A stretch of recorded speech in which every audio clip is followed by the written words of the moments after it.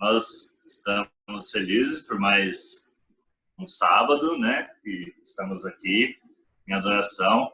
E o que é gostoso da gente estar participando online é de estarmos com amigos, né? Nós vimos de manhã que o pessoal que é amigo de outros locais, família, que entram, e também no JA. Nesse momento especial, estou muito contente que eu vi o meu pai e a Rose estão participando conosco, isso me deixa muito feliz. E eu gostaria que o pastor, se pudesse liberar o microfone do meu pai, o Sebastião, para ele poder fazer oração inicial para a gente. Está liberado, pai. Pode falar. Olá. Tudo bem? Oi, Rose. Hein? Sim? Querido Deus, na tua presença, nós o agradecemos pela a oportunidade de reunirmos para ouvir a tua voz e participar com os irmãos, mesmo distante, mas em uma só fé, e através de vídeo, através da mídia, podemos estarmos em contato junto. Abençoa, Senhor, a programação que se inicia agora, todos os que estão participando, em nome de Jesus oramos. Amém. Amém. Oi, tudo bom? Tudo bom, Érica? Tudo bom? Tudo bem? Tudo bem, tudo jóia. Tem uma turma toda que está aqui com a gente. Eu estou vendo aqui o Sebastião também. Ah, que legal. Não é só o povo da Inglaterra, não. Tem o povo aqui também, né? Queria apresentar o pastor Marcelo. Ele é, se eu não me engano, pastor da igreja de São Carlos. É isso, pastor? Isso mesmo. A gente está muito feliz de ter você aqui. Vou deixar você falar. Se quiser pregar em inglês, né? Fazer um merchan meu aí. Fazer um merchan. Não tem? Melhor eu falar em português, porque a professora é boa, o aluno que não é lá muito bom, não, sabe? Então, o pessoal pode confundir, não. O aluno é limitado, a professora é boa, sabe? Então, que o pessoal não confunda, né? Eu quero fazer com vocês hoje aqui uma atividade simples, mas um pouquinho diferente, né? Eu quero fazer já que é tudo virtual hoje, nós vamos fazer uma viagem virtual, né, para um determinado local da Bíblia, uma geografia específica da Bíblia, como eu falei para vocês naquele videozinho que eu mandei. E eu espero que a gente descubra algumas coisas novas nesse texto que a gente vai ler e que isso faça bem para vocês também.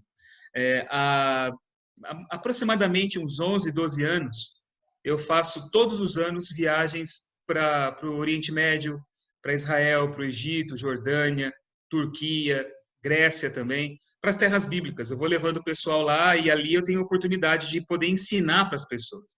Eu tenho feito muitos amigos lá. Tenho amigos lá em Israel, tenho amigos meus lá de Israel que acompanham as lives também. São judeus, eles não são cristãos, eles acompanham, eles gostam, né? E eu tenho visto, assim, Deus feito trabalho na vida de muita gente. E muitas pessoas que eu já tive a oportunidade de levar lá, tiveram uma experiência, assim, muito, muito marcante, porque não apenas você conhece o lugar, não é só conhecer, não é simplesmente a sensação sensorial de você estar no lugar, mas é como aquilo abre a nossa mente para detalhes da história, para percepções da história da Bíblia que a gente ainda não conhece. E eu vou levar vocês para um lugar hoje que ele teve o poder de fazer isso comigo, quando eu conheci esse lugar, e com os demais também. E depois disso, depois aqui de uma reflexão que eu vou fazer, se vocês quiserem fazer perguntas também, vocês fiquem à vontade, tá? Tem um desafio que eu quero fazer para vocês também. Posso fazer, Érica? Desafio? Posso? Então tá bom. Vou fazer um desafio para vocês também. Vamos um desafio, tá? Pastor. Legal. Quero fazer para vocês esse desafio também, tá bom? Eu quero fazer uma oração com vocês. Podemos orar? Todos juntos, pedindo para que Deus abençoe a nossa leitura da palavra agora? Vamos orar, então. Nosso Pai bondoso, nós estamos felizes por estarmos reunidos, embora separados fisicamente, eu mais ainda dos meus irmãos que estão aqui nessa live, nós estamos em horários diferentes, países diferentes, regiões diferentes, mas é o teu Espírito, é a tua presença que nos torna todos um agora nesse momento. Que esse momento seja especial para nós e que o Senhor fale para o nosso coração. É o que te pedimos em nome de Jesus. Amém. Eu não sei se vocês têm Bíblia aí com vocês. Se vocês tiverem Bíblia, Eu gostaria que vocês abrissem a Bíblia no Evangelho de Mateus, no capítulo 16. Mateus, capítulo 16. Eu vou ler uma tradução nova que saiu aqui no Brasil há uns 2 anos, 1 ano e meio mais ou menos, que é a Nova Almeida Atualizada. É a Almeida Revista Atualizada, 3ª edição, né? Que saiu agora há pouco tempo atrás. E ela é uma tradução muito boa. E ela fala assim, Mateus capítulo 16, do verso 13 em diante. Tá? Eu leio aqui para vocês, diz assim: Indo Jesus para a região de Cesareia de Filipe, perguntou aos seus discípulos: Quem os outros dizem que é o Filho do Homem? E eles responderam: Uns dizem que é João Batista, outros dizem que é Elias, outros dizem que é Jeremias ou um dos profetas. Ao que Jesus perguntou: E vocês, quem dizem que eu sou? Respondendo Simão Pedro disse: O Senhor é o Cristo, o Filho do Deus vivo. Então Jesus lhe afirmou: Bem-aventurado é você, Simão Barjonas, porque não foi carne e sangue quem revelaram isso a você, mas meu Pai que está nos céus. Também eu lhe digo que você é Pedro, e sobre esta pedra edificarei a minha igreja, e as portas do inferno não prevalecerão contra ela. Eu lhe darei as chaves do reino dos céus. O que você ligar na terra terá sido ligado nos céus, o que você desligar na terra terá sido desligado nos céus. Então Jesus ordenou aos discípulos que não dissessem a ninguém que ele era o Cristo. Desse tempo, Jesus começou a mostrar aos seus discípulos que era necessário que ele fosse para Jerusalém e sofresse muitas coisas nas mãos dos anciãos, dos principais sacerdotes e dos escribas, fosse morto e no 3º dia ressuscitasse. Então Pedro, chamando-o à parte, começou a repreendê-lo, dizendo: Que Deus não permita, isso de modo nenhum irá lhe acontecer. Mas Jesus, voltando-se, disse a Pedro: Saia da minha frente, Satanás. Você é para mim uma pedra de tropeço, porque não leva em consideração as coisas de Deus, e sim as dos homens. Aí o capítulo 17 começa assim: 6 dias depois dessa conversa aqui, desse momento, 6 dias depois, Jesus tomou consigo Pedro e os irmãos Tiago e João e os levou em particular a um alto monte. E foi Jesus transfigurado diante deles. O seu rosto resplandecia como o sol, e as suas roupas se tornaram brancas como a luz. E eis que lhes apareceram Moisés e Elias falando com Jesus. Então Pedro, tomando a palavra, disse a Jesus: Senhor, bom é estarmos aqui. Se o Senhor quiser, farei aqui 3 tendas, uma para o Senhor, outra para Moisés e outra para Elias. Falava ele ainda, quando uma voz luminosa os envolveu, e eis vindo da voz uma nuvem que dizia: Este é meu filho amado, em quem me agrado. Escutem o que ele diz. Ao ouvirem aquela voz, os discípulos caíram de bruços, tomados de grande medo. Jesus aproximou-se e tocou neles, dizendo: Levantem-se e não tenham medo. Então eles, levantando os olhos, não viram mais ninguém a não ser Jesus. Somente até aqui, tá? A gente lê uma boa parte aqui do capítulo 16 e um pedacinho aqui do capítulo 17. Essa é uma história que eu acredito que, se não todos aqui, a maioria de nós conhecemos e nós já lemos na Bíblia. É o momento em que Jesus ele faz uma espécie de pesquisa do Ibope, né, com os discípulos, para saber o que as pessoas falavam dele, como ele era identificado pelas multidões. Existe aqui essa confissão de Pedro, essa afirmação de Pedro, e logo depois ele prediz a morte dele, a ressurreição, e aí no capítulo 17 nós temos a transfiguração de Jesus. Por que eu escolhi esse texto aqui para vocês? 2 objetivos eu tenho aqui nesse bate-papo com vocês aqui. Primeiro, claro, é fazer uma leitura da Bíblia e compartilhar algumas coisas a respeito da história com vocês. Mas mais ainda, a leitura que a gente faz da Bíblia é uma leitura muito fragmentada, é uma leitura muito separada. A gente aprendeu, desde a nossa formação, eu tenho aqui o irmão Sebastião aí, que há quantos anos, irmão, o senhor é obreiro bíblico e dá estudo bíblico? Há muitos anos, né? Muito tempo, o irmão Sebastião. Pode falar pra gente, quanto tempo, irmão? Já faz uns 40 anos. 40 anos já, né? Dando estudo bíblico. Eu fui obreiro bíblico também, quando eu comecei meu ministério. Eu fui obreiro do pastor Mota, quando eu era teologando ainda, há mais de 20 anos atrás. Eu era obreiro dele, depois trabalhei em conferência com ele lá em São Paulo, Osasco, Carapicuíba, tudo aqueles lados lá. trabalhei com o pastor Mota, quando ele era da Paulistana, né? Que é o chefe também aí, né? Da turma aí. E depois eu fui para o distrito, mas eu sempre gostei de evangelismo, sempre participei no evangelismo. E a gente sempre ensina a Bíblia, claro, o tempo é curto, a oportunidade de estudar a Bíblia com as pessoas é rara, então tem que ser tudo muito pragmático e muito direto no ponto, né? A gente é assim, obreiro é assim, a gente tem o tempo correndo contra nós, né? Para a gente poder fazer um trabalho de evangelismo numa região específica. Então, assim, eu acredito que muitos de vocês que estão aqui me vendo agora, quando vocês estudaram a Bíblia a princípio, e não sei se tem alguém aqui que está estudando a Bíblia também agora com alguém, a gente estuda doutrinas. E a gente estuda assim, você pega um tema e você vai procurando versos na Bíblia que falam sobre aquele tema. E isso é uma forma normal, é uma forma correta, não tem nada de errado nisso, muito pelo contrário. Eu fiz isso, faço isso minha vida inteira, né? Mas o que acontece? Quando a gente tem uma leitura da Bíblia só assim, a Bíblia ela vai ficando meio que pedaço aqui, pedaço ali, a gente não consegue enxergar o todo. E esse é o nosso problema da leitura da Bíblia. A nossa leitura da Bíblia não é só o estudo bíblico, a leitura em si, ela é muito fragmentada, a gente só vê pedacinhos. Por exemplo, eu li para vocês aqui o capítulo 16 de Mateus, né? Aqui na minha Bíblia, aqui, ó. Na Bíblia, o que tem? Você tem aqui subtítulo, você tem o capítulo, você tem o versículo, e muitas vezes quando a gente lê o texto, eu percebo isso, agora né, a gente não está mais na igreja, né? Porque quando eu estou na igreja, eu leio e vou vendo a reação das pessoas. Eu estou lendo e percebo que quando tem um subtítulo, assim, o povo para. Tipo, aqui já tem que parar a leitura, acabou aqui, né? O povo já para e levanta a cabeça olhando para frente. Eu falo, o que vem agora? Não. Subtítulo, capítulo e versículo não existiam no texto original. O texto original da Bíblia, para vocês terem uma ideia, ele não tinha nem parágrafo. Quando os evangelhos foram escritos, né, eles foram escritos em grego, e o estilo da escrita do primeiro século, o camarada ele começava, ele escrevia uma palavra, não havia nem separação de palavras. Era uma palavra só, grande, enorme, gigante. Então começa ali, livro da genealogia de Jesus, filho de Davi, filho de Abraão, filho de Davi. Aí começa Abraão, gerou Isaac. É tudo uma coisa só. Era um blocão de texto único, até o final. Assim era o texto de um evangelho a princípio, quando eles foram escritos. Sem ponto final, sem parágrafo, sem letra, tudo letra maiúscula, tudo grudado, sem separação de palavras, é uma coisa só. Então o que a gente lê hoje aqui é uma facilitação para a gente poder encontrar o texto.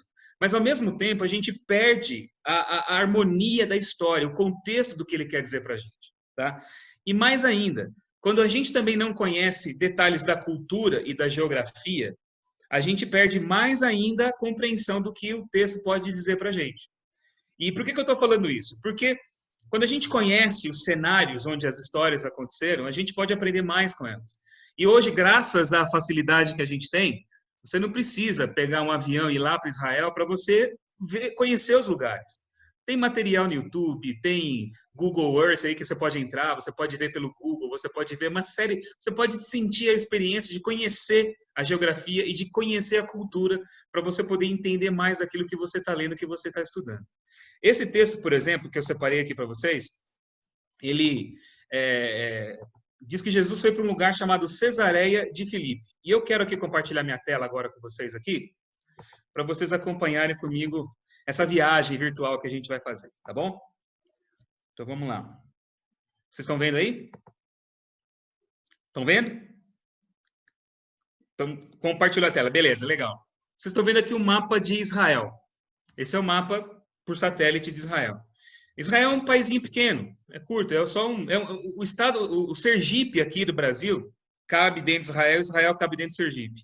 É pequenininho, tá? Então aqui vocês estão vendo nessa foto dois lagos. O de cima, o Mar da Galileia, vocês estão vendo ali em cima, é um lago. Embaixo você tem o Mar Morto, que é um lago maior. E entre o Mar da Galileia e o Mar Morto tem o Rio Jordão que corre aqui no meio, tá? Na verdade, o Rio Jordão, ele corre dentro de uma falha, uma fenda geológica. Você pode perceber aqui que é um buraco, sabe? Como se fosse uma valeta que você tem aqui, tá vendo? E ele passa ali no meio. A palavra Jordão, em hebraico, Yarden, significa literalmente o que desce. Então aqui o rio ele vai descendo. Só que ele não nasce aqui no Mar da Galileia. O Mar da Galileia não é nem mar, é um lago. Vocês estão vendo aqui, é uma lagoa bem grande. Chama de mar, essa é uma forma de... Assim, num país onde quase não tem água, qualquer poça d'água é mar lá, sabe? Então, é mar da Galileia. Mas, na verdade, é um lago, né? O mar da Galileia, que vocês estão vendo aqui. Só que subindo mais aqui, ó, subindo lá para cima, perto do Líbano, tá vendo ali em cima? Tiro, Líbano, Sidom. Ali tem lugar, Cesareia de Filipe. Tá vendo? Então, o que acontece? Jesus, ele estava aqui, ó, na região do Mar da Galileia. Aí ele sai a pé e vai até esse lugar, Cesareia de Filipe. Olha só. Essa é a região. Aqui embaixo é o Mar da Galileia, tá? Aqui vocês estão vendo as estradas que tem hoje aqui para a gente poder chegar até lá. Então, ele sai daqui, ele passa aqui, ó, ladeando aqui as colinas do Golã, tá vendo? Vai subindo, subindo, subindo até aqui a parte de cima aqui, ó, onde tem ali um triângulozinho verde. Ele vai nessa região, tá? Hoje, quando a gente faz esse caminho, a gente sai da Galileia, a gente vai de ônibus, coisa de 1h30, mais ou menos, você já está lá. É uma viagem rápida, 1h30 no máximo. Você já chega no lugar, Cesareia de Filipe, onde Jesus foi. Aqui é uma foto que vocês estão vendo da estrada que a gente pega da Galileia. A gente vai seguindo ali. E no fundo, não sei se dá para ver para vocês aqui na imagem, ela está assim, você vê lá no fundo como se fosse uma montanha grandona, assim, meio apagada. Tá vendo? Tem as nuvens ali em cima, embaixo das nuvens, tá? Esse é o Monte Hermon, o Monte Hermon na Bíblia. Quando fala naquele salmo, quão bom que os irmãos vivam em união, é como o orvalho do Hermon que cai sobre os montes de Sião. Sião, Jerusalém, fica perto do Mar Morto. O Hermon é lá em cima, tá vendo? Fica lá em cima. Essa região aqui, em Israel, é uma região muito fértil. Vocês não vê deserto aqui. Estão vendo aqui, ó, essas florestas aqui? Você vê, pelo contrário, aqui tinha até pântano. Tem até pântano aqui original, sabe? E o Monte Hermon, ele vive sempre nevado. Olha a outra foto dele aqui, ó. Tá vendo? A neve aqui em cima. Você tá vendo as nuvens se misturam com a neve do Monte Hermon. Quer dar um oi aqui para a turma? Chegou aqui a pastora de São Carlos, né? Tudo a chefe bom, aqui, gente? ó. Simone, minha esposa, Como tá vai? aqui. Tudo bom? Ah, né? O povo estava acabando de almoçar agora, sabe? Aqui é o final do almoço da turma aqui. Deus abençoe vocês, viu? Então, vocês estão vendo aqui o Monte Hermon. A gente não consegue ver o pico do Hermon. Quando a gente chega lá no Hermon mesmo, não dá para ver o pico. Você fica na base, porque ele é uma montanha grande e ela vai se espalhando, né? Sempre tem neve lá. O cume do Hermon sempre é nevado e é um lugar muito gostoso para feriado, passeio. O povo vai lá esquiar. Mesmo quando é época de verão, o povo costuma passear lá nessa região, porque é uma região muito bonita. Ó, essa aqui é uma foto mais próxima dele aqui que vocês estão vendo. Esse é o ponto mais alto do país. É o Monte Hermon, o local mais alto de Israel. Quando você chega lá, Cesareia de Filipe é uma região que hoje é chamada de Bânias, pelo pessoal. Eles chamam de Bânias. Por quê? Porque aí nesse lugar, as pessoas elas promoviam um culto pagão ao deus Pan. Sabe o deus Pan? Aquele lá que é metade bode, metade menino, que tem aquela flautinha, que toca a flautinha no meio da floresta, assim, sabe? O Pan. Geralmente, né, a Disney, os desenhos da Disney mostram o Pan como se fosse um bichinho bonitinho, né? Um personagem, assim, infantil. Mas, na verdade, ele não era, não. Tanto que a palavra pânico vem de pan, sabe? Pânico. Tudo aquilo que causa medo, infunde terror, pavor. Porque a lenda mitológica dizia que Pan vivia no meio das florestas. E ele tinha, assim, um apetite sexual incontrolável, Pan. Então, qualquer moça que passasse desacompanhada na floresta, o Pan não perdoava. Essa que era a mitologia, sabe? E eles costumavam oferecer sacrifícios e faziam ritos, né? Para poder pacificar Pan e, ao mesmo tempo, receberem de Pan o dom da virilidade, da fertilidade, do poder que ele tinha. Então, o deus Pan era adorado nessa região de Cesareia de Filipe. E os árabes, né, principalmente os árabes que não conseguiam falar o B, aquela coisa do brimo, né, o brimo, né, eles não conseguem falar o B, né, o P, né, o P, então fala B no lugar de P. Então, em vez de Pânias, ficou Bânias, o nome do lugar, tá? Ficou Bânias. Então, essa região, isso que vocês estão vendo, a região de Cesareia de Filipe ou de Bânias, fica bem no sopé do Monte Hermon. Esse é o comecinho do Hermon, tá? Bem ali no comecinho do Hermon. E aqui a gente vê as nascentes do Rio Jordão. Ele começa a nascer aí. Por quê? Há fontes embaixo ali da montanha que vão alimentando o Jordão, e além das fontes, o degelo do Monte Hermon também vai formando o rio. E como é um rio que desce levando água para o país, o Salmo fala, não é? O orvalho do Hermon que abençoa, que rega os montes de Sião. É a água que desce lá do norte até o sul, trazendo vida para o país, tá? Então, essa é a região aí de Bânias que vocês estão vendo. Quando a gente visita hoje Bânias, a gente ainda vê nas paredes ali os nichos onde eles colocavam os deuses. Estão vendo aí na foto? Vários nichos aqui onde eles vão colocando os deuses. Aqui ficavam as imagens dos deuses pagãos, vários deuses, principalmente o Pan também, né? Eles eram colocados aqui, parece aqueles nichos assim onde se coloca a imagem de santo, assim, que a gente vê muito em igreja católica, né? Lembra muito isso daí. É o que a gente vê aqui. Alguns ainda, a gente até consegue ver algumas inscrições em grego ali, falando sobre os deuses que eram colocados aqui nesses nichos. Mas o que chama mais atenção nesse lugar é essa caverna. Na frente da caverna ficava um templo. Herodes Filipe, lembra que o rei Herodes, aquele que manda matar as crianças, ele era rei, ele morre e os filhos dele dividem o reino no que chama de tetrarquias, né? Tem Herodes Filipe, Herodes Agripa, Herodes Filipe, Herodes Antipas, né, que a gente conhece da história, né? O rei Herodes, o pai, ele havia construído uma cidade romana muito bonita, muito grandiosa, muito opulenta, muito chique, no litoral de Israel, que é chamada Cesareia Marítima. Ele pôs o nome de Cesareia, obviamente, para fazer ali uma média com o imperador, né? E ele fez ali um porto, ele fez um negócio fantástico. Até hoje, quando a gente visita as ruínas de Cesareia, você vê a grandeza do lugar. Era lá que os romanos moravam. Pilatos não morava em Jerusalém, morava em Cesareia. Eles ficavam lá nessa cidade, que era uma cidade onde eles se sentiam realmente em casa, em Roma, tá? Era uma cidade grandiosa. Quando Herodes Filipe, o filho do rei Herodes, ele vai governar essa região, ele resolve fazer a mesma coisa. Construiu uma cidade em homenagem aos romanos e ele põe o nome de Cesareia, como o pai dele havia feito. Mas é a Cesareia de Filipe. Esse é o nome dela.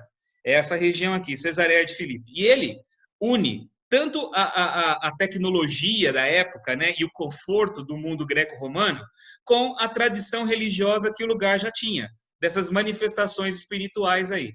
Então, essa caverna que vocês viram naquela foto, é uma gruta. Dentro dessa gruta tem uma pedra. Essa pedra, eles realizavam sacrifícios aí. Eles ofereciam animais, faziam sacrifícios dos mais diversos tipos, porque eles acreditavam que essa caverna dava acesso ao mundo subterrâneo dos espíritos. É um negócio bizarro mesmo, tá? É assim, é uma macumbaria total mesmo que esses caras faziam aí, entende? Eles acreditavam que aí eles tinham acesso ao mundo dos espíritos. Então, se você pudesse voltar no tempo, fazer uma volta, uma viagem no passado e visse Cesareia de Filipe como ela era, essa região que eu mostrei para você, ela seria mais ou menos assim. Do lado esquerdo dessa imagem, vocês estão vendo aqui um templo e a caverna lá no fundo? Então, o templo era construído, o sacerdote entrava no templo, ele fazia o ritual dele, porque eles acreditavam que esse templo, ligado a essa caverna, dava acesso a esse mundo espiritual. Você vê os nichos aqui dos deuses pagãos. Aqui embaixo, no canto direito da foto, aqui embaixo, tem uma parte aqui onde tem várias pessoas reunidas e tem uns bodes pulando ali, ó. Eles faziam o rito dos bodes.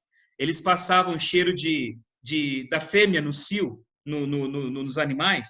Eles ficavam todos malucos, assim, excitados com o cheiro, eles pulavam e eles faziam lá os rituais deles, depois eles matavam todos eles, faziam o sacrifício dos bichos lá, sabe? Tudo em nome da fertilidade, dessas coisas todas. Então, esse era um lugar muito marcante pelo paganismo. E não só nos dias de Jesus. Quando você vê a história dessa região, desde o tempo de Josué, quando Josué entra e conquista a terra prometida, essa região ficou aos cuidados da tribo de Dan. Dan tinha um pedaço de território aí e um pedaço de território mais para o sul. Esse lugar foi o território onde Dan não conseguiu impor a cultura israelita ali. Sempre teve pagão nesse lugar. Sempre deuses foram adorados aí, sempre tiveram manifestações estranhas aí. E existe um livro, que não é um livro da Bíblia, é um livro apócrifo, chamado Livro de Enoque. Não sei se vocês já ouviram falar do Livro de Enoque, sabe? O Livro de Enoque dizia, na história dele, é como se fosse uma mitologia judaica, entende? que esse lugar foi o lugar onde os demônios desceram na terra quando eles foram expulsos do céu.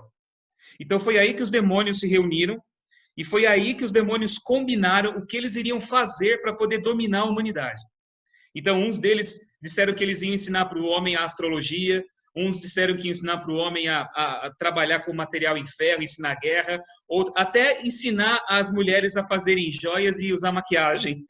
Até isso aparece no livro de Enoque também, que eles dividiram entre eles as atividades. Então, assim, eles criaram a cultura humana, por assim dizer, entende? De acordo com a história do livro de Enoque. E tudo aconteceu aí nesse lugar.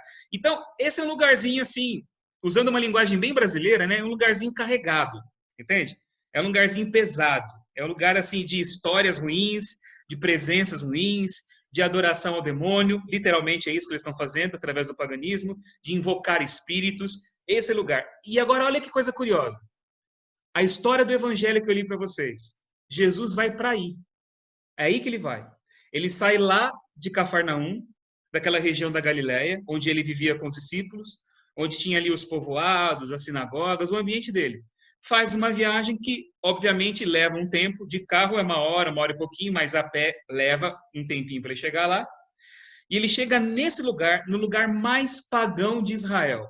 E não só o lugar mais pagão, mas o lugar marcado por toda essa história sinistra de presenças diabólicas aí. Ele vai para esse lugar e é ali que ele pergunta: o que as pessoas acham que eu sou? Então, imagina Jesus nesse ambiente. Ele não está numa igreja, ele não está numa sinagoga, ele não está num lugar neutro, ele está no lugar onde praticamente Satanás é adorado. E ele pergunta: o que as pessoas falam que eu sou? E aí vem toda aquela história que vocês ouviram, que um diz que o senhor é Jeremias, que o senhor é aquilo e tal. Ele fala: mas vocês, o que vocês acham que eu sou? E aí é quando Pedro diz: tu és o Messias, você é o Cristo, o Filho do Deus vivo. E aí Jesus olha para Pedro e fala o seguinte: Pedro, isso que você acabou de falar, você não pôde falar por você mesmo, não é a lógica humana que fez você compreender isso. Porque olhando para mim, vocês estão vendo um rapaz dos seus 30 e poucos anos, que está vivendo aqui com vocês, que dorme com vocês, que come com vocês, que vive aqui o dia a dia. Olhando para mim, não tem nada para você olhar e entender que exista algo sobrenatural em mim. É o Espírito, é a revelação do Pai que te deu agora para você compreender quem eu sou. E ele fala: e mais ainda, digo mais, você é Kefa. Na língua dele, essa palavra Pedro, que a gente traduz em português como Cefas, né? Em aramaico é Kefa. Kefa significa pedrinha mesmo, pedra, pedregulho.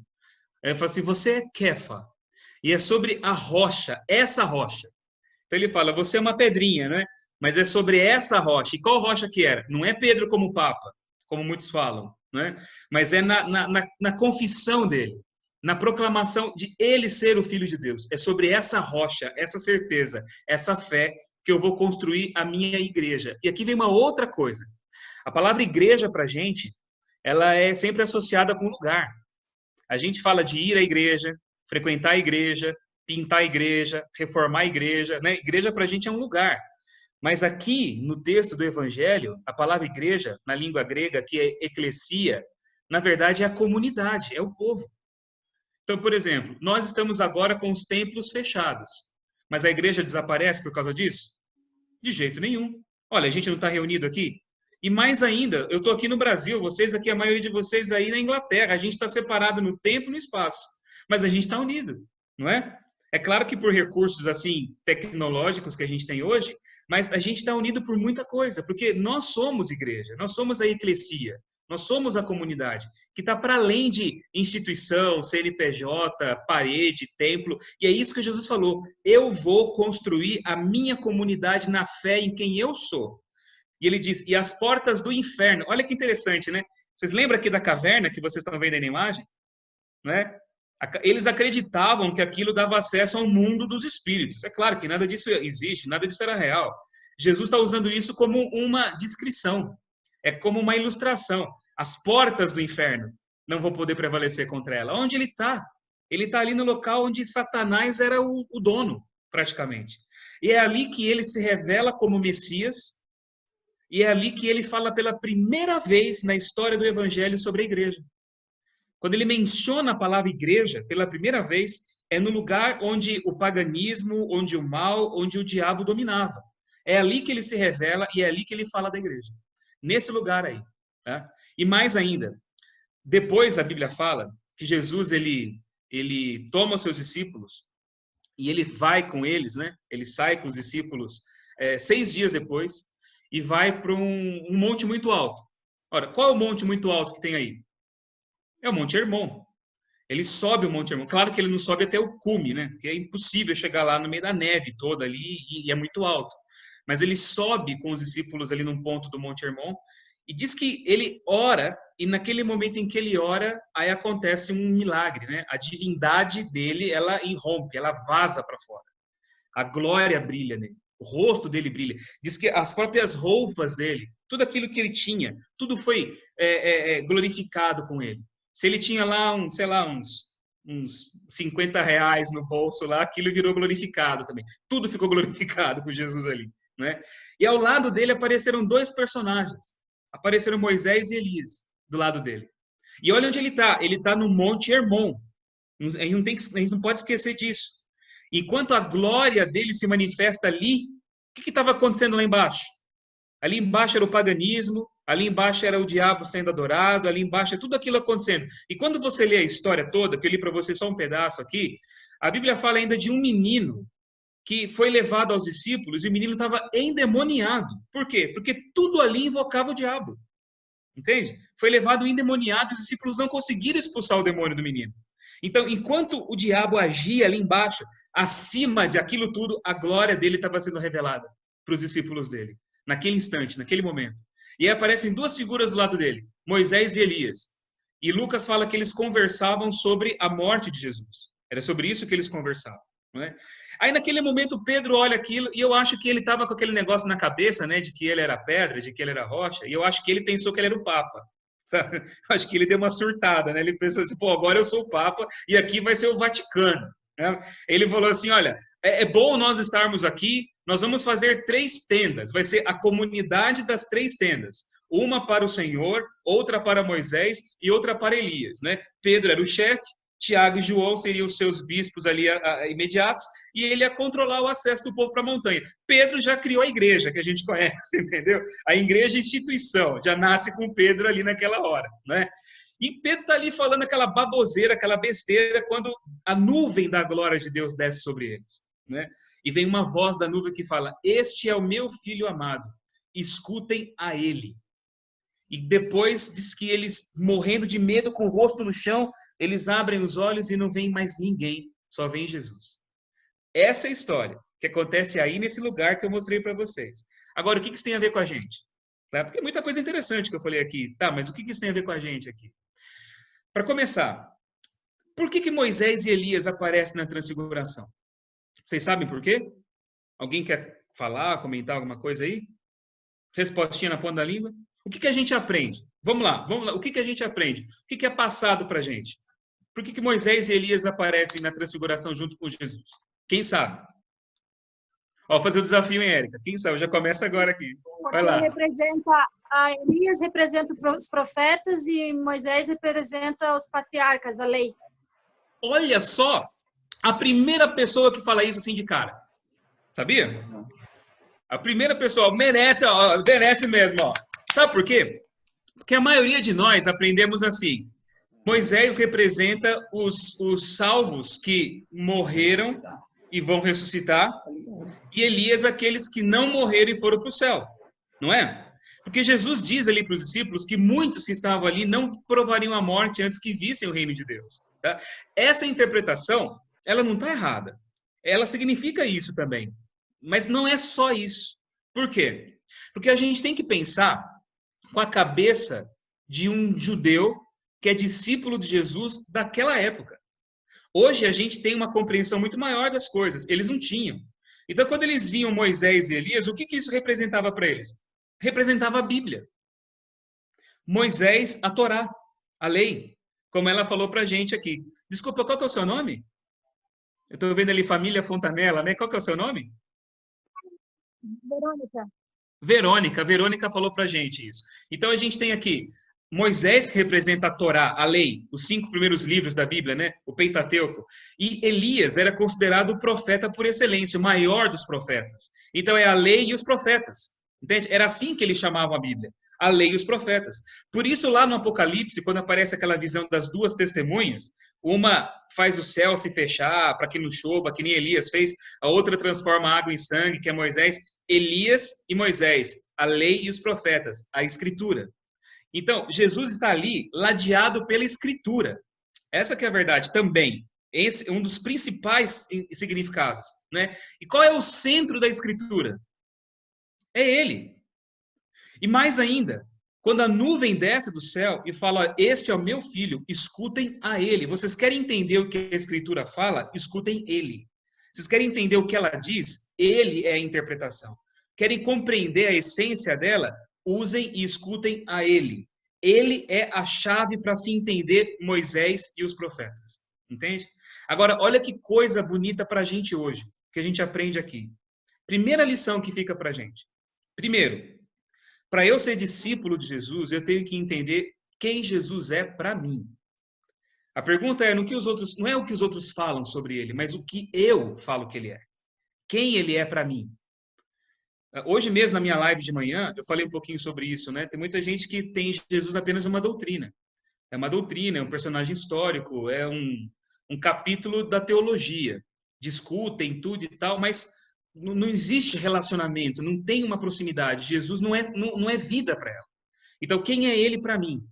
Uma outra coisa que a gente aprende, o caminho da espiritualidade com Deus é um caminho que não acontece num ambiente fixo. É o caminho que acontece na vida. Eu acredito, meus queridos, que nessa fase de pandemia que a gente está passando agora, nós estamos sendo forçados a entender e a descobrir isso. Porque para a gente, religião é rito, né? Igreja é lugar. E a gente só consegue ter uma experiência com o rito quando a gente está presente num lugar, ouvindo alguém falar para a gente. Agora, a gente não está tendo acesso ao lugar e nem ao rito, ao encontro. É aí que a gente tem que descobrir o que é comunidade de verdade. Qual é a comunidade nossa? Entende? Vocês aí, nas reuniões que vocês fazem pelo Zoom, vocês estão vivendo duas coisas que são muito importantes, que tornam a igreja igreja. E quando eu falo igreja aqui, eu falo o povo. Duas coisas que tornam a igreja igreja. Primeiro, é relacionamento. E segundo, é o serviço. Isso nunca pode faltar. Nós temos as nossas instituições, nós temos igrejas grandes, pequenas, maiores, menores, que procuram promover programas que visam desenvolver tanto o relacionamento quanto o serviço para a comunidade. Mas se você não tem programa, se você não tem instituição, se você não tem espaço físico agora, está todo mundo separado, relacionamento e serviço nunca vão desaparecer. Sempre vai ter necessidade perto da gente para a gente poder atender. Sempre vai ter. Relacionamento a gente nutre, como a gente está fazendo aqui agora. Sabe? Pelo carinho de junto, olhando vocês, ouvindo vocês, a presença de vocês. Isso tudo é comunhão. Isso fortalece mais a igreja. E eu espero mesmo que vocês, depois que tudo isso passar, eu não sei se a gente vai poder voltar a ser normal como era antes. Eu não sei como é que vai ser a vida. Tem muita gente que fala que nunca mais vai ser como era antes. Que essa situação está sendo um divisor de águas nos relacionamentos sociais. Não sei. Só a gente vivendo para ver. Não é? Mas quando a gente puder reunir novamente, quando vocês se encontrarem novamente num lugar, quando vocês tiverem a convivência de ambiente juntos uns com os outros, eu tenho certeza que vocês vão voltar muito mais fortes, muito mais próximos, muito mais chegados um ao outro. Por quê? Porque o relacionamento, ele é nutrido mesmo quando ele está longe, mesmo quando a gente não está fisicamente presente. Porque igreja é isso. E que Jesus falou assim, as portas do inferno não vão conseguir nada, não vão prevalecer contra essa comunidade que tem esse relacionamento e que é construída sobre a crença em que eu sou o Filho de Deus. Porta do inferno, a descrição que ele usa aqui, é interessante que ele fala de uma guerra, né? Não vão prevalecer. A imagem aqui não é do inferno atacando. Não é assim, olha, nós vamos aguentar os ataques de Satanás, ele não vai vencer. Não. As portas não vão conseguir resistir o nosso ataque a elas. É isso que ele está falando. As portas não vão prevalecer. Nós vamos invadir onde Satanás tem controle, onde ele tem o terreno dele. Essa é a declaração de Jesus. E é por isso que ele está lá. Ele está lá no lugar onde o mal predominava, e é ali que ele fala da igreja, é ali que ele fala dele, é ali que ele mostra a glória dele como ele nunca fez. Ele não se transfigurou lá no templo de Jerusalém. nem dentro de uma sinagoga. Foi lá no lugar onde o mal se manifestava. Ali ele mostrou a glória dele. E isso é uma lição muito importante para a gente, porque nós temos que ser igreja de Jesus em qualquer lugar, mas principalmente nos lugares mais difíceis, nas épocas mais conturbadas, nos ambientes mais complexos, diante das maiores necessidades. É ali que a gente tem que se manifestar. É ali que a gente tem que estar presente. É no momento em que está todo mundo sem saber para onde ir, é ali que a gente tem que poder falar para as pessoas qual é o caminho. A igreja é a igreja enfrentando o mal cara a cara, não fugindo, sabe? A tradição, o costume que a gente tem de reuniões em templos e lugares, isso é muito gostoso, isso é maravilhoso. Eu sou pastor, poxa, eu prego na igreja todo fim de semana, sabe? Eu não tenho problema com isso, pelo contrário, eu sinto saudade disso. Mas uma coisa eu sei também tem que ser realista, né? Essa ideia do templo, do lugar, ele meio que isola a gente do mundo, né? A gente constrói a nossa bolha e a gente vive a nossa realidade. Quantas vezes eu conversando com o pessoal, assim, final de culto, né? Porta de igreja, eu acredito que vocês também, fico vendo os assuntos, assim, sabe? Quer dizer, o povo preocupado com umas coisas que totalmente desconexas da realidade. E muitas coisas da realidade à nossa volta, o povo completamente alheio a elas também. Sabe, é como se a gente vivesse numa bolha muitas vezes. Jesus fala que não é assim. A igreja não é o sal? O sal é o que vocês estão sendo agora. A gente está espalhado aí no mundo, em vários lugares onde nós estamos. O sal a gente não vê. A luz, ela ilumina, mas está aí, ó, está espalhado no todo. Entende? É isso que é a igreja. E é isso que ele ensina, quando ele vai nesse lugar e quando ele fala dele, da igreja, e quando ele mostra o poder dele sobre as forças do mal. Por mais que o mal se manifeste, a glória dele está por cima de tudo, dominando tudo. E isso é para dar segurança para a gente. Não tem fase difícil, não tem problema, não tem provação que é capaz de arruinar, destruir ou acabar com a comunidade de Jesus. Muito pelo contrário, a gente sai disso sempre muito mais forte do que quando a gente entrou. Essa é a verdade, essa é a realidade. Já começa essa convicção aí. E mais ainda, que ele fala, quando ele mostra a glória dele, como é que a gente compreende a glória de Jesus? Como é que a gente entende isso? Quando a gente entende que Jesus é o centro de tudo. Quando ele fala, a minha comunidade vai ser construída sobre mim, e quando ele aparece no meio dos profetas ali, sendo o centro da revelação de Deus, e quando Deus fala, olha, escutem a ele só, façam aquilo que ele está falando, porque ele é a interpretação, a chave das coisas, o que ele está dizendo é exatamente isso. Quer ver a glória dele? Quer entender a glória dele? Quer compreender o poder dele? Quer ver o poder dele agindo na sociedade aí à nossa volta? Onde a gente estiver? Jesus tem que ser o centro de tudo, de toda a nossa interpretação. E é aí que eu volto naquilo que eu falei no começo. A nossa leitura da Bíblia é muito fragmentada. A gente tem que começar a ler a Bíblia não para ver Jesus na profecia apenas, mas interpretar a Bíblia pela lente, pela ótica de quem Jesus foi. Para isso, você tem que conhecer quem Jesus foi e o que ele fez. E é aqui que vem meu desafio, Érica. Tá bom? Aqui vem o desafio aqui. Eu vou dizer para vocês o que eu vivi na minha experiência. Eu já sou pastor há 20 anos. E como obreiro bíblico, trabalhando na obra, já tenho uns 22 para 23 anos. Já. Perto do irmão Sebastião, eu estou começando, né, irmão? O irmão tem muito mais experiência aí, tem muito mais escola aí, muito mais sabedoria do que eu. Eu sou só o mero aprendiz aqui nessa escola, tá? Mas eu, no meu ministério, eu sempre preguei, eu sempre tive a minha vida como pastor procurando ensinar as pessoas, sempre procurei comunicar a palavra de uma forma mais direta para aqueles que me escutam. Mas chegou um momento na minha vida que, mesmo eu sendo pastor, mesmo eu pregando, eu percebia que faltava alguma coisa. A palavra era aquela coisa meio que mecânica, entende? A pregação era como se fosse simplesmente cumprir um calendário. E eu pregava, falava, e a impressão que eu tinha é que tinha muito mais ali que eu não estava recebendo. Tinha muito mais ali que eu não estava vivendo, aproveitando, que não estava entrando em mim. E aí eu resolvi fazer uma experiência assim meio que radical. Resolvi jogar fora tudo aquilo que eu sabia, que eu acreditava. Olha que absurdo, tá? Entendam, tá bom? Eu vou chegar lá, tá? Não se escandalizem comigo, tá? Por favor. Eu resolvi fazer, quer saber de uma coisa? Eu quero descobrir por mim mesmo. Eu não nasci numa família adventista. Minha família não era religiosa. A minha mãe tinha uma formação evangélica, meu pai era católico, minha família toda por parte do meu pai católico demais. Mas eu, quando era menino, eu procurei igreja por mim mesmo. Eu ia todo domingo na escola dominical, nas igrejas, eu queria encontrar um caminho para eu seguir. E frequentei algumas igrejas, até que depois conheci a igreja adventista e me batizei na igreja quando eu era adolescente. E estou aqui até hoje. Mas muito do que eu sabia e muito do que eu tinha aprendido, mesmo buscando por mim mesmo, era baseado naquilo que os outros me ensinavam, né? É aquilo que você recebe, você escuta, você ouve uma pregação, você entra nas lives, né? Hoje é live para tudo quanto é lado, né? Conteúdo para tudo quanto é lado na internet aí que a gente está consumindo ultimamente. Então, informação é demais, é muito mais do que a gente consegue receber e captar. Eu resolvi deixar tudo isso fora. Eu falei assim, eu quero descobrir por mim mesmo. E eu quero aprender por mim mesmo. Só que tinha uma coisa, um pequeno problema, né? A gente vive hoje 2000 anos depois de Jesus. Então, a gente não tem acesso à figura histórica de Jesus. A única coisa que a gente tem acesso a Jesus são os evangelhos.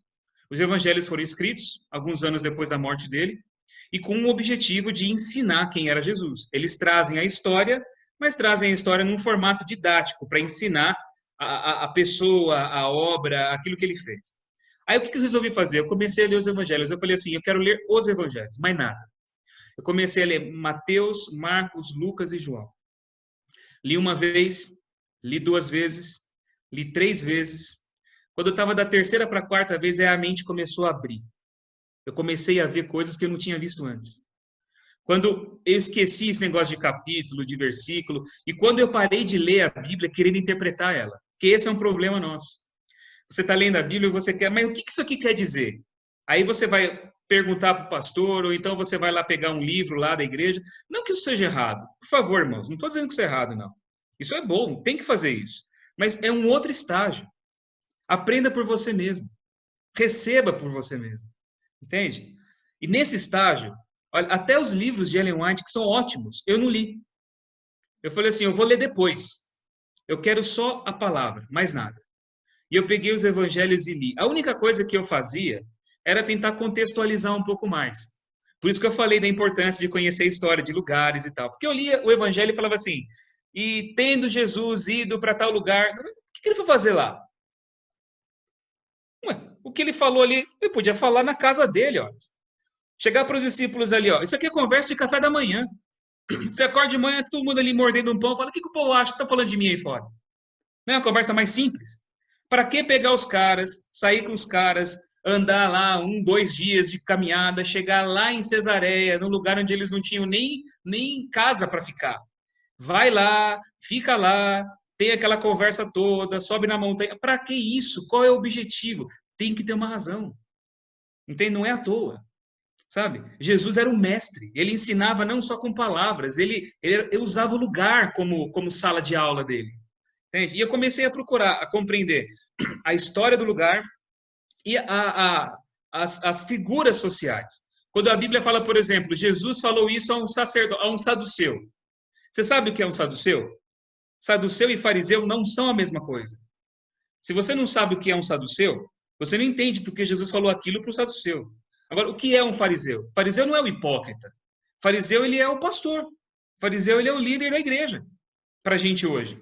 Entende? Naquele tempo, a melhor coisa que tinha para o cara era ser fariseu. Toda mãe queria ter o filho fariseu. Ó, que meu filho seja um fariseu. Fariseu para a gente hoje é o hipócrita, é o falso. Entende? A palavra adquire um outro significado para a gente. Então, quando você começa a entender quem é quem na sociedade, começa a entender um pouco da história do ambiente, e leia os evangelhos, leia, e deixa entrar. Leia 1 vez, 2, 3, 4 vezes.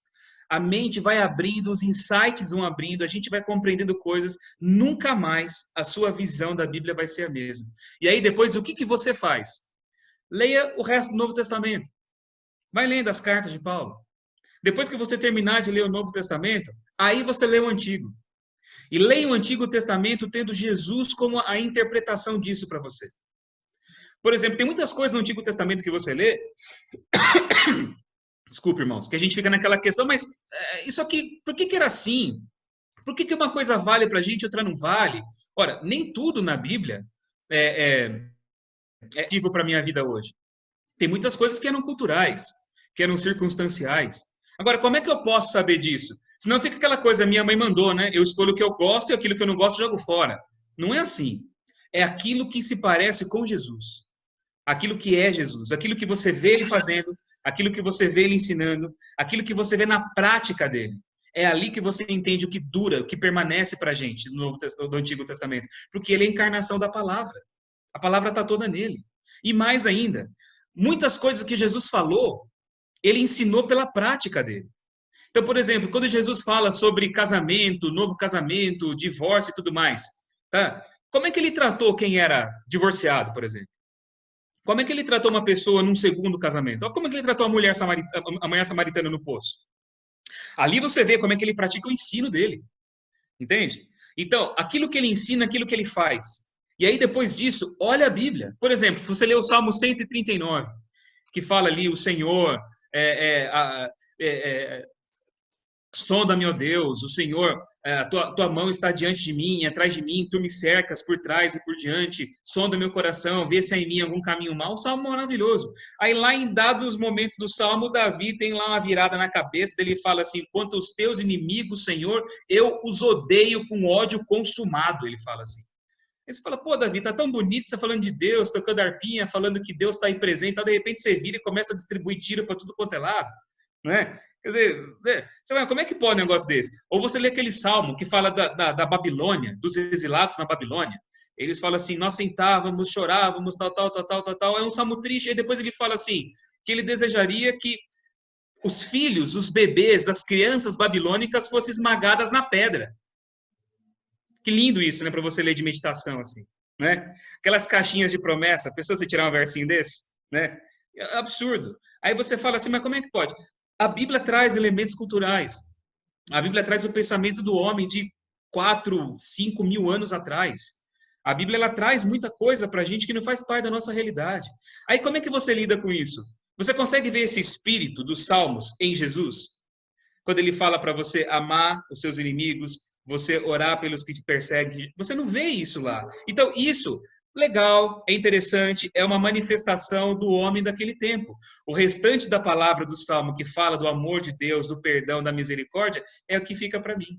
Entende? Mas por que você faz isso? Não é na base do que eu acho, do que eu gosto, mas é Jesus que interpreta a Bíblia para a gente. Sabe? Quando você começa a enxergar desse jeito a palavra, tudo vai se harmonizando num único significado. Tudo vai fazendo sentido para a gente, mais do que a gente pode imaginar. Entende? E a própria história de Jesus, ela vai se tornando a história da nossa vida, porque o desafio nosso é viver esse espírito no dia a dia. É isso que vai abrindo a nossa mente para entender o Evangelho. Então, o que eu fiz aqui hoje com vocês, na verdade, foi só um exercício prático. Era o que eu queria fazer. E aproveitar esse momento nosso de quarentena para duas coisas. Para vocês terem consciência do que é a igreja de verdade. Não é só local, lugar, onde a gente vai lá. Isso é importante, isso é muito bom. Eu espero que o quanto antes vocês aí na Inglaterra possam experimentar isso e a gente aqui no Brasil também. Com segurança, óbvio, né? Aí vocês têm pessoas que têm bom senso para poder conduzir o país. A gente aqui fica meio cá, meio lá, né? A gente fica ali meio na corda bamba aqui. Não bota muita fé não no que vem lá de cima lá, né? Vocês aí vivem uma outra realidade. Mas em breve a gente vai viver essa comunhão. Mas nunca se esqueçam do que realmente é a igreja. E eu espero que essa fase fortaleça mais vocês ainda, em relacionamento e em serviço para a comunidade, para vocês mesmos. E outra coisa, já diz a respeito de vocês como pessoas. Aproveite esse momento, essa fase, para descobrir a palavra. Para descobrir o Cristo, não da doutrina, não da escola sabatina, não do livro que você leu, nem da pregação do pastor, mas o Cristo da palavra. E você só consegue fazer isso tendo contato cara a cara com ele. Sem ninguém intermediando. Não é você ouvir, ler a meditação. Ela é boa, isso é maravilhoso. Leiam livros, leiam meditação. Façam uso de tudo isso, isso é muito bom. Mas isso é secundário. Você precisa ter o seu choque. Você precisa ler a palavra, mas é uma leitura escorrida. Não é essa coisa de bloquinho, de subtítulo, não. Nem de capítulo, nem de versículo. É a leitura inteira. Então aqui vai o desafio, Érica. Tá bom? Aqui vai o desafio. Leiam os evangelhos. Aproveite esses próximos dias. Quanto tempo que vocês vão ter até o próximo encontro, Érica? 15 dias. Nossa, 15 dias? Dá para vocês lerem 5 vezes cada um. Sabe? 15 dias, ainda mais em quarentena aí, isolado. Nossa, dá para você fazer um ano bíblico em 15 dias.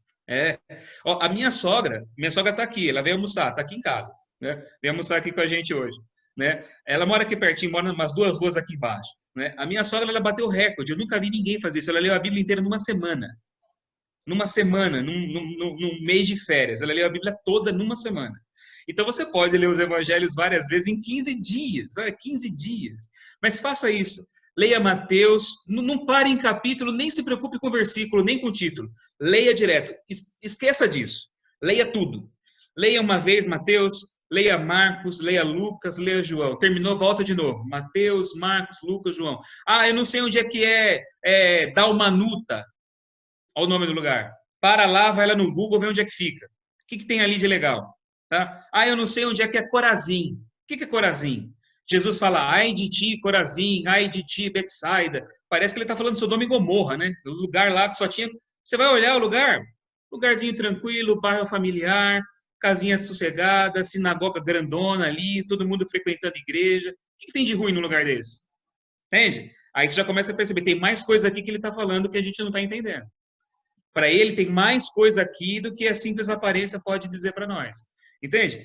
Vá fazendo essa viagem pelos lugares e vai entendendo quem é quem. Só busque esse tipo de informação. O Google vai te ajudar nisso, tá? Isso é fácil. YouTube também pode te mostrar uns vídeos legais lá.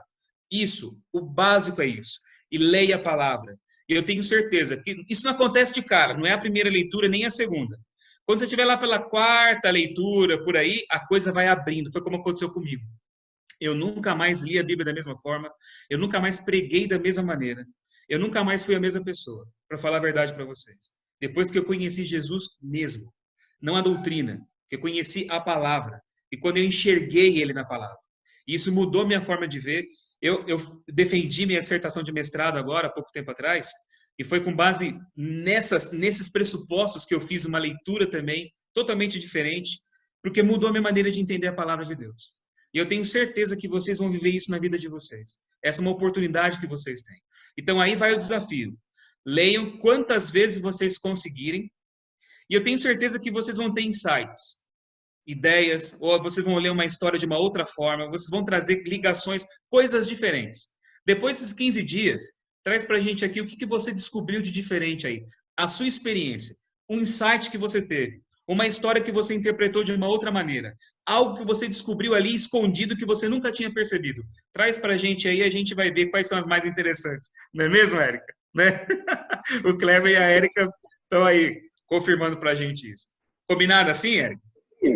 Combinado assim, Kleber? Sim. A gente vai tentar colocar isso nos grupos. A igreja, no JA, nós dividimos em 3 grupos. Beleza. Então, para não ter muitas histórias e muitas interpretações, vamos tentar colocar por grupo. E aí, beleza, feito isso, a gente vai enviar para o senhor que está dando a ideia para nós, para contextualizar, para falar alguma coisa sobre o que o pessoal achou de novo. Legal, okay? Legal. Joia, legal. E vai ser muito bom, vai fazer muito bem para vocês, vai fazer muito bem para todos nós, eu tenho certeza, tá? E eu espero que essa nossa conversa aqui, esse nosso momento juntos tenha sido bom para vocês também. Para mim, é sempre um prazer. Falar da palavra é a coisa que eu mais gosto de fazer. E compartilhar isso com vocês também foi muito bom. Espero que tenha sido bom para vocês também aí. Tá? A gente agradece. É isso. Pastor, para quem não sabe, é um cara super busy, faz 3 lives por dia. E é o rei das lives. Aí ele separou um tempinho para falar com a gente, comeu rapidinho. E a gente fica muito agradecido. Tenho certeza que essa mensagem foi de um grande aprendizado para todos nós. Obrigado, amém. Graças a Deus. Né? Ah, vem aqui, ó. Deixa eu mostrar, antes da gente terminar aqui, deixa eu apresentar aqui minha família para vocês. Eu não sei se vocês, o Kleber, a Érica, não sei se vocês lembram dos meus filhos, porque eu era da Central, né, lá em Rio Preto. Vocês frequentavam outra igreja. Mas eu não sei se vocês lembram deles. Ó, tá vendo aqui, ó? Ai, gente. Eu sou o menor aqui em casa hoje. Tudo bem que eu nunca fui grande, né? Para passar de mim não é nenhum obstáculo, nenhum desafio para ninguém passar de mim. Mas essa semana eu medi o Dani comigo, o Dani tá maior que eu. Olha. Vamos ver vocês. Não, tchau pra quem isso. me fez um desenho. Eu ganhei um desenho da Sara. Você tem o desenho da Sara? É? Olha o tamanho dela. E ela passou agora na faculdade de letras, aqui na Unesp. Ela vai fazer letras aqui na Unesp, tá vendo? Uau. Professora também aí, vai ensinar a língua aí pro povo também. Você vê, né? A esperança é para ver se um dia o Dani ganha dinheiro na vida, né? Para ver se alguém ganha dinheiro na vida aqui. Muito bom. Legal. Gente, foi muito bom, viu? Tchau. Mais uma vez, tchau. Mais uma vez, muito obrigado. O pastor Moisés. Pastor Moisés? Nosso pastor aqui da igreja. Quer falar alguma coisa como o pastor Marcelo, por favor? Simplesmente agradecer ao pastor Marcelo pela presença, né, pela mensagem que trouxe para cada um de nós nessa tarde. E que Deus abençoe o seu ministério aí, a vossa família. Amém. Vai tudo bem.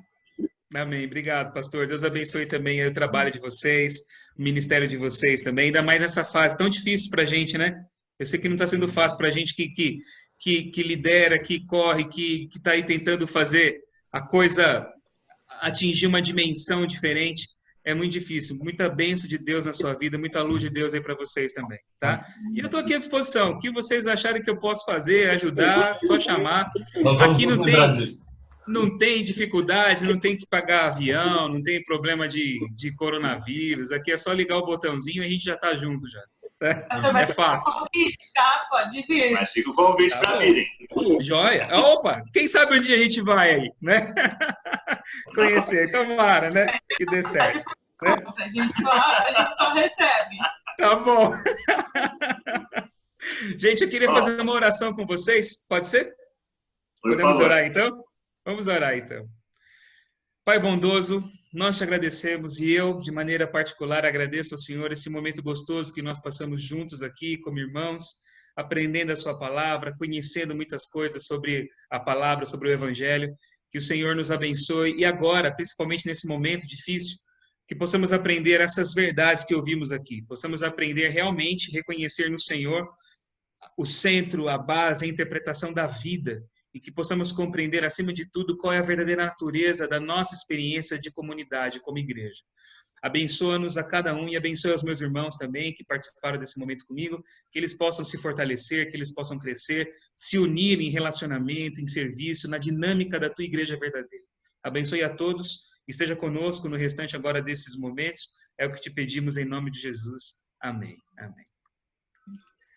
Pastor, pessoal, muito obrigado. Só uma questão rapidinha, eu não sei como é que está o tempo do senhor, tá muito corrido agora. Não, pode falar. É que eu queria abrir para se alguém tivesse uma pergunta sim, curta. Claro. Se alguém quiser pode fazer alguma pergunta, para sentir à vontade. Outra coisa, eu vou passar o teu Instagram e o Facebook, o pessoal acompanha as tuas lives. Tá. Tem o canal no YouTube também. Pode se inscrever lá no canal no YouTube. Como eu falo, eu até brinco com as crianças, eu virei youtuber, né?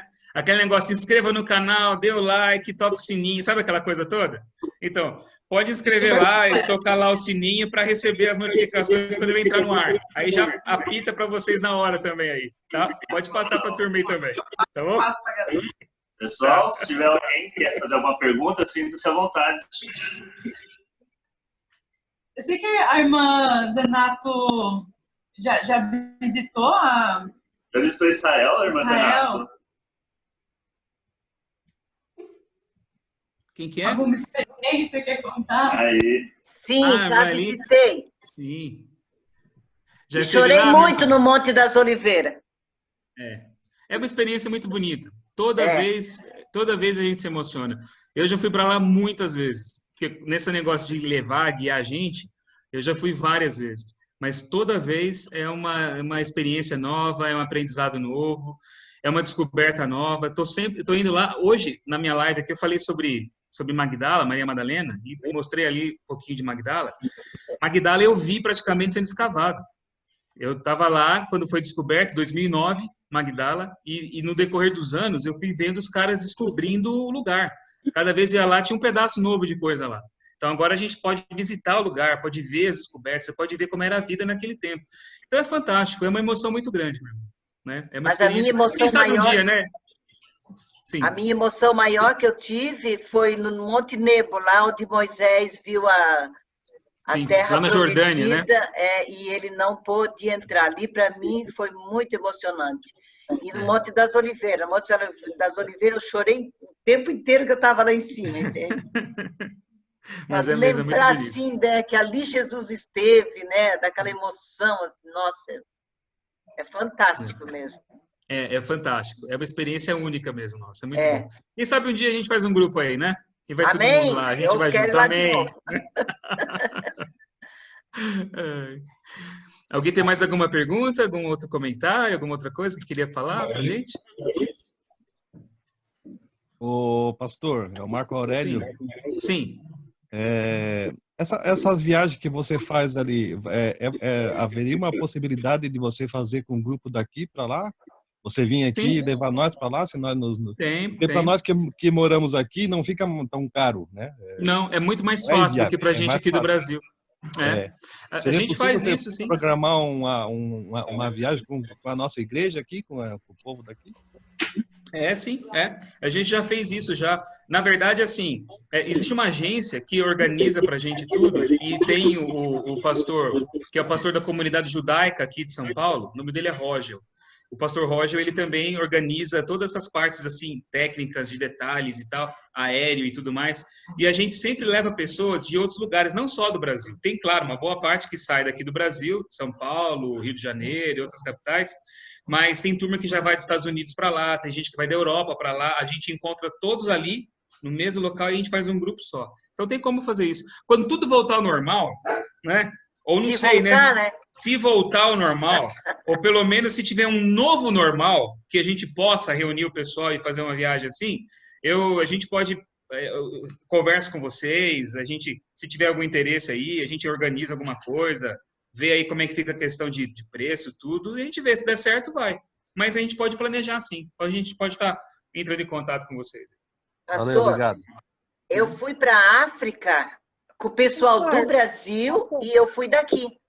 Então, tá vendo? E a gente se encontrou lá em Moçambique. É o que a gente faz. Nossa, é muito bom. Assim, inclusive, a gente conversou sobre o financeiro, né? A minha passagem aqui foi a metade do que a passagem deles do Brasil para lá. Nossa, para vocês isso é muito mais em conta. Muito mais em conta do que a gente aqui, né? Alguém estava falando, perguntando alguma coisa? Sou eu, Verônica. Ah, sim. Sim, o pastor conhece o pastor Reinaldo Siqueira? Sim, claro, eu fui aluno dele. Ele que fez o meu casamento e fez o nosso casamento. Ah, ele fez seu casamento? Sim, porque nós casamos no estilo judaico. Ah, sei. Nossa festa, nosso ritual todo foi isso, porque nós ajudamos a montar a Beth Benedizion de Florianópolis. Ah, e eu ajudei a Beth Benedizion de São Paulo. Eu ajudei lá em São Paulo. Eu participei lá do começo do trabalho lá em São Paulo. E, inclusive, quando eu me formei, o pastor Reinaldo, ele me preparou para eu assumir o trabalho lá direto em Curitiba. Só que, na época, a associação lá não fez nenhum chamado, não chamou, e eles queriam que eu fosse lá de voluntário, ficasse lá um ano como voluntário. E para mim era difícil, porque eu não tenho família lá, não tinha ninguém lá, e não tinha trabalho, eu não tinha como viver um ano de voluntário no lugar. Então, aí eles chamaram uma outra pessoa, que é o Roger, que eu falei.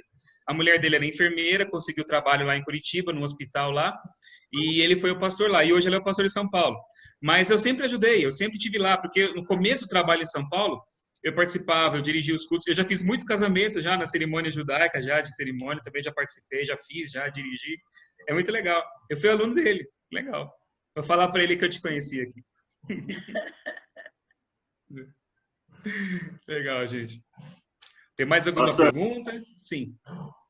Muito obrigado mais uma vez. Gente, só falar um negócio. O nome do pastor é Marcelo Rezende. Eu pus no YouTube aqui, só apareceu o nome daquele apresentador lá da Cidade Alerta. Não, coloca Marcelo Palma Rezende. Tá bom. Tá? Marcelo Palma Rezende. Aí tem. Eu vou mandar para você agora no seu zap também, Érica. Tem um bannerzinho que tem os endereços aí. Assim, um bannerzinho com os endereços, os horários das minhas lives e os endereços para poder acompanhar, tá? Eu ia comentar que já tinha visto muitos programas dele lá na Record. Mas olha, o Marcelo, aquele Marcelo Rezende, ele é primo do meu pai. Era, né? Ele já é falecido já, né? Primo do meu pai, ele é. É da família, né? E assim, por ser Marcelo Rezende, fica todo lugar que eu ia, agora é menos, né? Mas era sempre aquele, eu falava meu nome, o pessoal, corta pra mim. Até no mercado, eu comprei um negócio no mercado, corta pra mim, vai. Não dá. Mas o meu nome tem um Palma no meio, Palma com L, Marcelo Palma Rezende. Já mandei aqui. Tá. Eu já mandei Achei aí. no YouTube aqui. Já me Achou inscrevi. já? Legal. Já legal. me inscrevi, já dei o like. Oh, beleza. Aí o que acontece? Toda vez que eu subir algum material ou entrar com alguma coisa, vocês já ficam sabendo ali. Se tiver como acompanhar, vocês podem acompanhar também. Né? Participar junto. Muito bom. Muito obrigada. Tchau. Tem uma moça lá dando tchau, assim, ó, tchau. Gente, Deus abençoe vocês. Beijão para vocês. Foi muito bom a gente ter ficado junto agora aqui. E precisar, pode me chamar, a gente tá junto aqui, porque for preciso, tá bom?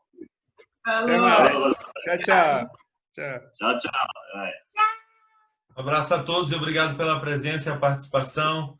O pastor Sebastião também, obrigado pela presença. Deus abençoe. Vamos entrar em contato com o pastor para pregar aqui para a gente, tá? Amém, se Deus quiser, vamos sim. Tá? Tchau, gente. Tchau. Ai, não, Mori. O quê?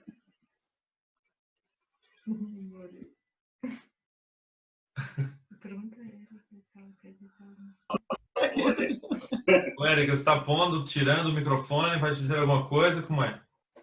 Eu? É a Érica fazendo bagunça. Eu vou explicar depois do desafio nos grupos. Ah, tá bom, é que o pessoal já está indo embora já. Beleza. A Cleber estava saindo. Eu falei, não, peraí, eu tinha que falar. Ô pai.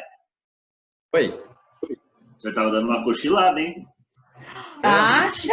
Eu cutuquei ele aqui. Acabei de almoçar, cara. Agora eu vou ver.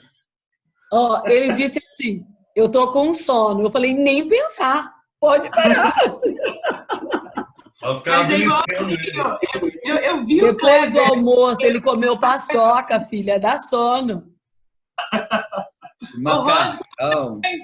O Kleber é assim, ó. Não. Fecha a cabeça assim. Tipo É igualzinho. a filha, né, Eu senti o Kleber, eu vi o Kleber aí. Mas, ó, o Jota é muito bacana, é. Pra fazer reunião de família. Mas pode ficar, viu, gente? Pode ficar. Foi muito bom. O senhor gostou, pastor? Sim, muito bom. Muito bom. Bom, né? E a ideia do Marco era muito legal, se a gente pudesse realmente para frente pensar nisso e fazermos uma viagem todos juntos. Daqui uns 5 anos, talvez. É o sonho do seu Sebas. Lá pra... Quer dizer, no Ceará, né, pai? Com um caso de guerra lá. Israel não tá tão ruim igual o Brasil, né? A guerra é outra no Brasil. Aí tá bom. Então tá, gente. Um abraço. Tá joia. Deus. Deus abençoe, uma boa semana. Boa semana. Tchau, tchau. Tchau.